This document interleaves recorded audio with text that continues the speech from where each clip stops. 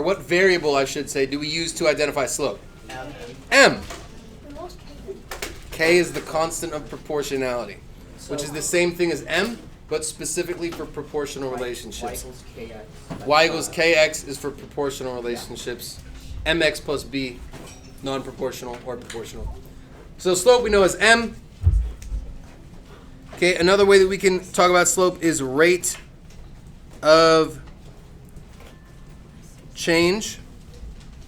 So when you hear rate of change or unit rate, we're just talking about slope. Rate of change is typically when we have a context to a problem. So we're talking about, you can drive 70 miles in 1 hour. What's the rate of change, right? So it's like a word problem. Then we're talking about rate of change. We can also call slope what we already know from Monday, rise over run. And we use rise over run when we are presented with a graph. Because you can see from one point to the next how many units you're rising and how many units you're running. We're not always going to have a graph. We're not always going to have a word problem. Sometimes we're going to have a table. And when we have a table, we do this. That's a little triangle. Delta y over delta x. What does delta mean in math? Change. It means the change. The change in y over the change in x. Which is actually the same exact thing as rise over run. Rise means my change up or down, so my change in y. Run means my change left to right, my change in x. Same thing, different kind of setup. And we can also write the slope using the slope formula. Have you guys learned the slope formula before? I don't think you have. Y2 minus y1 over x2 minus x1. Perfect. You did learn it. So y2 minus y1 over x2 minus x1. Give me a thumbs up if that looks familiar now that we see it. Okay, good. So we have learned it. I had that other one at the back of my head. Good. This is what I was going to be worried about today. So I'm glad that we know it.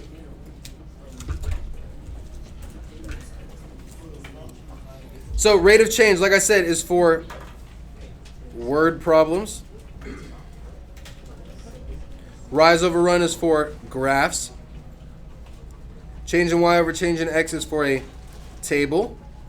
And my slope formula is when I have 2 points on the line. So all of these different things are the same thing. Slope, or M. It just depends on what type of problem we have. That's going to tell us which of these versions of slope we need to use. Tyler? For the 2 points one? Yep. One of the equations? Mm-hmm. I don't know how is that right? It's like, is it x? Is like the 2 supposed to be small and under the x? Or just like Yeah, it's like a reverse exponent. It's called a subscript. subscript? So whereas an exponent would be little up top, a subscript is little down low. Like we learned that science.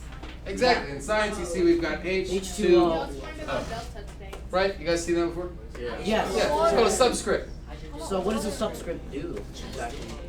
Tells you how many. Well, Yeah, well, yes. In science, it would tell you how many, what is it?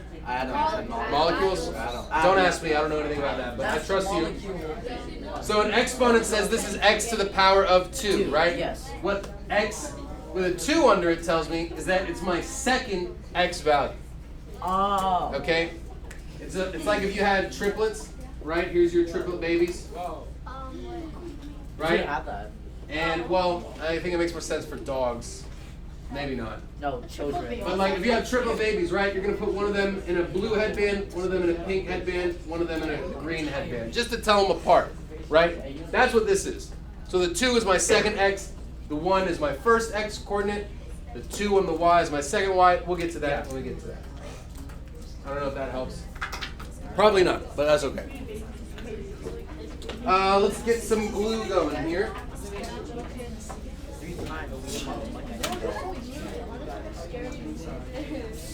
There's only like one. See, there are there's only one booster. I know. You gotta share. And conserve? That's the word, right?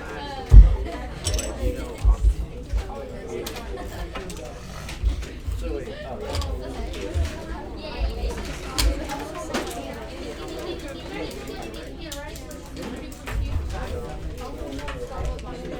that is terrible.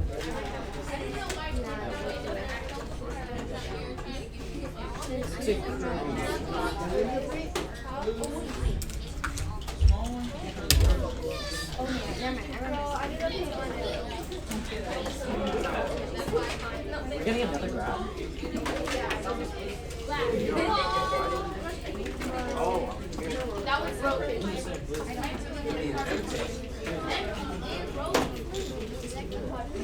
Just like me.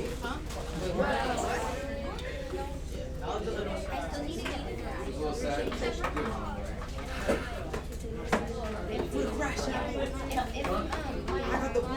No, I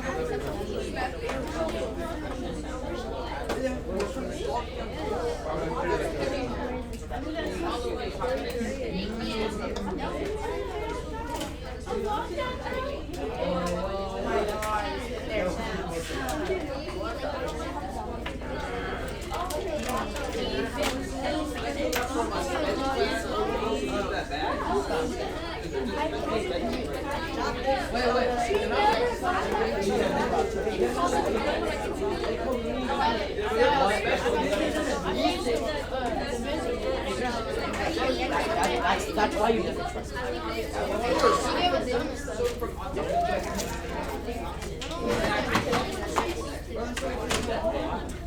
Oh, we gave us another booster.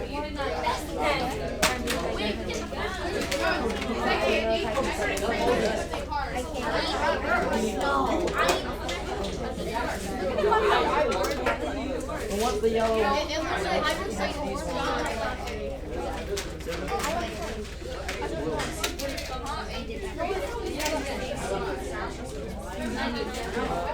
I called it. We don't need the rulers.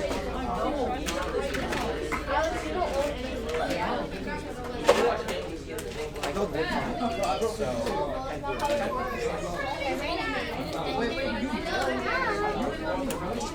Okay, give me a thumbs up if you've got that glued in. Kaylee's got it, Adriana's got it, Anthony and Colby got it, Ava and Tristan have got it, Raya's got it, Leona's got it, Ian's got it, Tyler's got it, Aldrich, Yusuf, Kai, Alex, everyone else is getting there. So this is a graph, okay? I put a little A above rise over run just to match up with my A over here. This is the first way that we could find slope. This is what we already talked about, except a little bit different here. Is this a linear function that you see? Give me a thumbs up for yes, give me a thumbs down for no. Is this linear? Thumbs up for yes, down for no. Your thumb should be down. What does linear mean? Straight line. One straight line. Is there just one straight line here? No. No, it's doing all kinds of direction changing stuff. Now, is this continuous? Yes or no? Yes. Okay, I appreciate those of you giving me a thumbs up. Yes, this is continuous because all my points are connected with a line. Doesn't matter how straight or curved the line is. Okay, so just a quick little review there. What does my x-axis represent on this graph? Who can tell me? Alex, what does it represent? The number of weeks. Number of weeks. Okay, and what does my y-axis represent? Tia? Total number of dollars saved. Anybody in here have a savings account? A couple of us do. Some of you may have one and you don't know it yet. That's hopefully. You have a piggy bank? Piggy bank is the same thing. I have an account, but it's still It's a retro savings account. It's a I don't trust the bank's savings account. Piggy bank works. That's crazy. That's fair. Can you give me like a account when I was like So, as the weeks go on, we see that the number of dollars in the savings account kind of fluctuates, right? Sometimes it's going up, sometimes it's going down, sometimes it's staying the same. So we already know how to understand a function by looking at it, right? In this first week here, actually, let me do it like this. In this first week here, what do you start in the account with, Liana? 200. And what do you end the week with? 300. So did my money go up or down? It went up. So this function is increasing on that interval, right? What about from week 1 to 2? Did my money go up or did my money go down? Up. My money went up by how much? 50. $50, right? Yeah. And then from week 2 to 3, how much money was added into my account there? 150. A lot's not good enough. 150. 150. From 350, Alright. why are we talking so much? That's weird. I don't even know what I was saying because you guys. From week 2 to 3, we start with 350, we go up to 500. So we added $150. What happens from week 3 to 4? Constant. Constant. No money added, no money taken away. And then what happens from week 4 to week 5? You use up your money. You spend a lot of your money. Not all of your money. How much of your money gets spent? 400. I cried.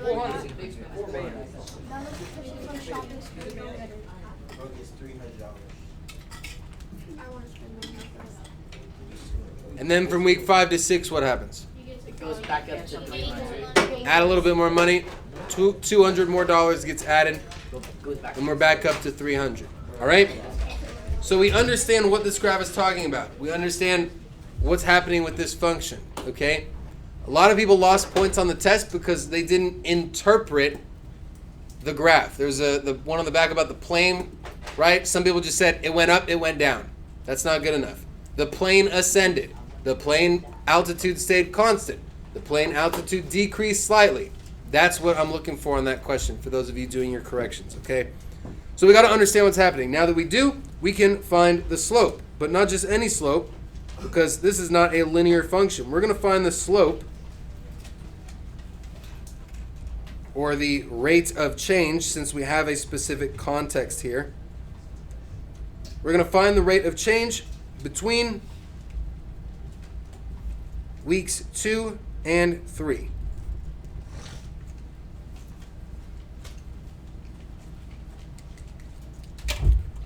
So for a graph, m is equal to rise over run.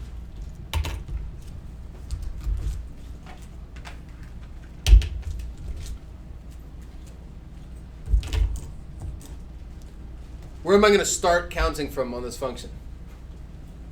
350. 350? Why do you say 350? Because week 2 starts at 350. That's right. We begin week 2 with $350. All right?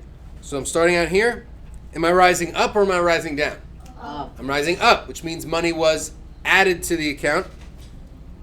How many dollars am I rising up? Don't say $3. How many dollars am I rising up? $150. $150 up.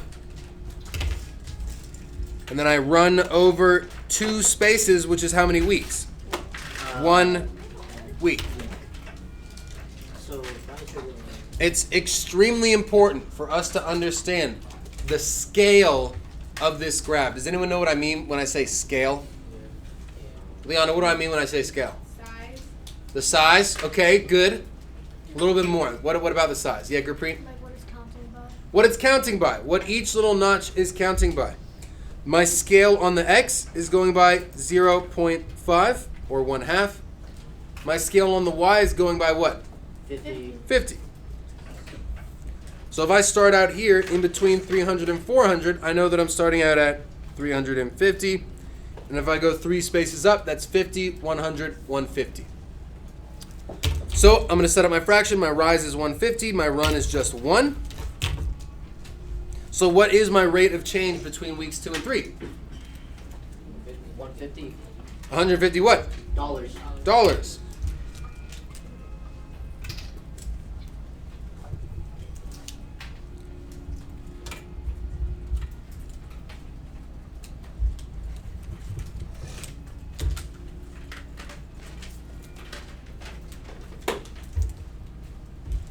Now we're going to find the rate of change or the slope between weeks 4 and 5. Using that same process, see if you can figure that out for yourself real quick. We'll take 60 seconds and come back together. Weeks 4 and weeks 5. Changing Y, changing X.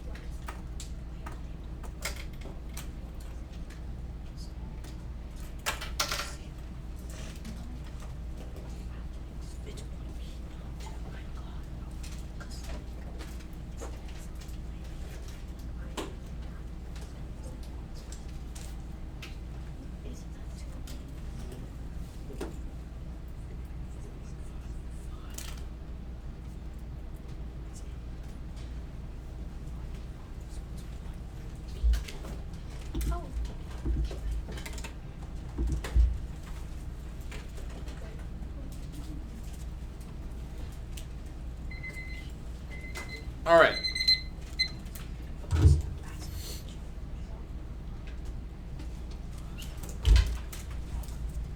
So let's figure this out. M is equal to rise over run. Okay, if I'm starting here on week 4, I'm going to rise before I run, right? Am I rising up or down, though? Down. I'm rising down. How many dollars down am I rising? $400. $400 is right. Okay, now. Okay. So what number am I going to put in my numerator? 400. Negative 400. Good, Changzi. Negative 400. You rose down. Your money is decreasing. You spent $400. What's my run, though? 1. And I'm always running to the right. So what's my rate of change here? Negative $400. $400. You would just be like in debt from that. Well, you're not in debt. You still have $100 left. But you have $400 less than you did last week. Yeah, you kind of on the edge. This is Edward Harris, staff students. Please excuse the announcement. In about 3 minutes, we're going to have a lockdown drill. For those of you that have not been at Edward Harris before, a lockdown drill, we shut the doors and we lock down in case there's something that could be scary outside the doors. So we need to make sure everybody's in the classroom and calm. This is just a drill. In this drill, you may hear someone knock on your door. That's okay. We're just testing to make sure all doors are locked and all our emergency procedures are in place. Again, everybody, this is just a drill. All right, it's going to happen in a couple minutes. We'll be coming around. Thank you. One time I had a lockdown. We're gonna keep doing it. What happens if the door opens? And then you just pray. Like, I don't know. We all watched the best at them. Then I'm running. Are you talking about like during a drill? Like if I forgot to lock the door? You get fired. I wouldn't get fired. Don't. Don't be so That's extreme. crazy, Jeffrey. You want him I fired? would, probably. She wants you fired. Probably get accused. She wants you fired. You don't want what's Boy, you're gonna have to you switch your time off. I don't have to. Mr. Mo. I'm not on. You're gonna have 2 off. Bro, it's 2 buff members to do. There won't be a next time. Probably. You know, one time I had it like a lockdown in like 6th grade.